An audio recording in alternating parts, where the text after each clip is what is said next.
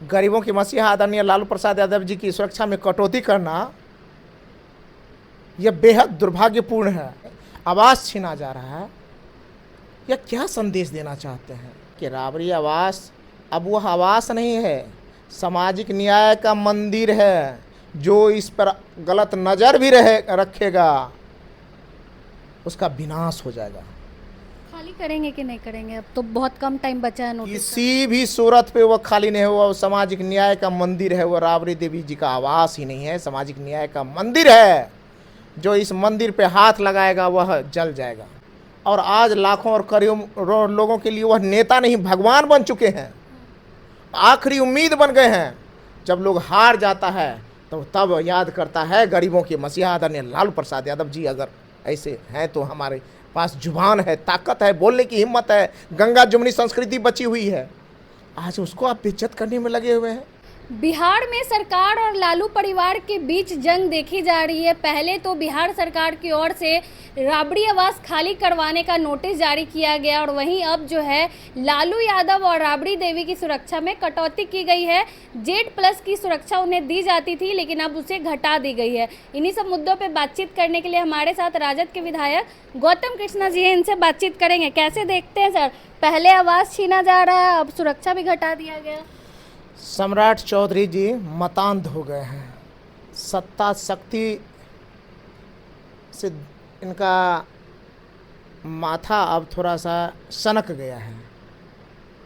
लाखों करोड़ों की आवाज़ बाबा साहब के संविधान को ज़मीनी स्तर पर लाने वाले आदरणीय लालू प्रसाद यादव जी और राष्ट्रीय जनता दल परिवार के नेता का जिस तरह से अपमान किया जा रहा है, सुरक्षा घटाई जा रही है, आवास छीना जा रहा है, यह क्या संदेश देना चाहते हैं? यह सम्राट चौधरी जी तानाशाही पर उतर आए हैं और यह समाज और देश जानता है कि किसी भी की तानाशाही नहीं चली है। उनका हश्र हमेशा से बुरा हुआ है। समीक्षा की गई सर, उसके बाद ऐसा लगा कि अब जरूरत नहीं है लालू जी राबड़ी जी को Z+ की सिक्योरिटी की। समीक्षा कौन समीक्षा कर रहा है? किसके बीच समीक्षा हो रही है? कौन निष्पक्ष है और कौन सामाजिक संविधान और सरोकार के बीच में समीक्षा कर रहे हैं? 4 गो मुँह लगवा मंत्री के साथ बैठ गए, समीक्षा हो गई। 4 गो तलवे चाटने वाला अधिकारी के साथ बैठ गए, समीक्षा हो गई। गरीबों के मसीहा आदरणीय लालू प्रसाद यादव जी की सुरक्षा में कटौती करना यह बेहद दुर्भाग्यपूर्ण है।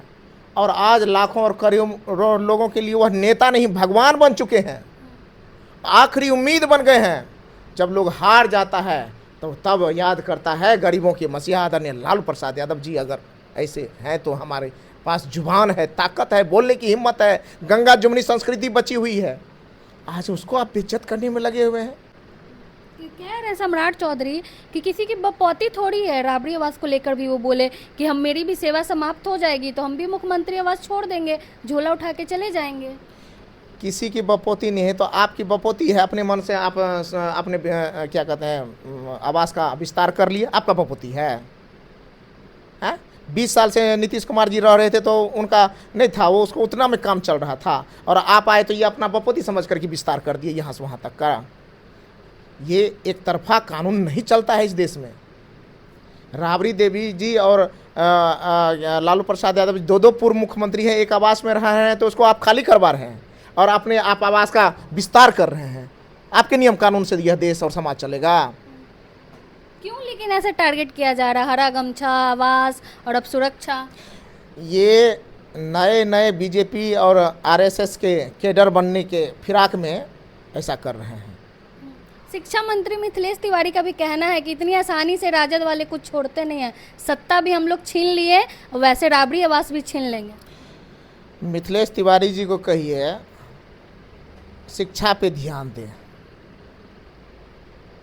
शिक्षा की स्थिति बहुत ख़राब है और ख़ास करके कहिएगा गौतम कृष्णा जी ऐसा कहे हैं। 4-5 गो चीज़ हम मंत्री जी को बता रहे हैं कि माननीय मंत्री जी आप रहती कर लीजिएगा तो बड़ा नाम होगा समाज में। एक सिलेबस लाइए, एक NCERT की किताब प्राइवेट और पब्लिक स्कूल में लागू करवाइए, एक समय दोनों का निर्धारित करवाइए।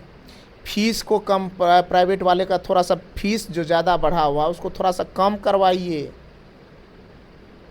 और शिक्षा की गुणवत्ता बेहतर कीजिए।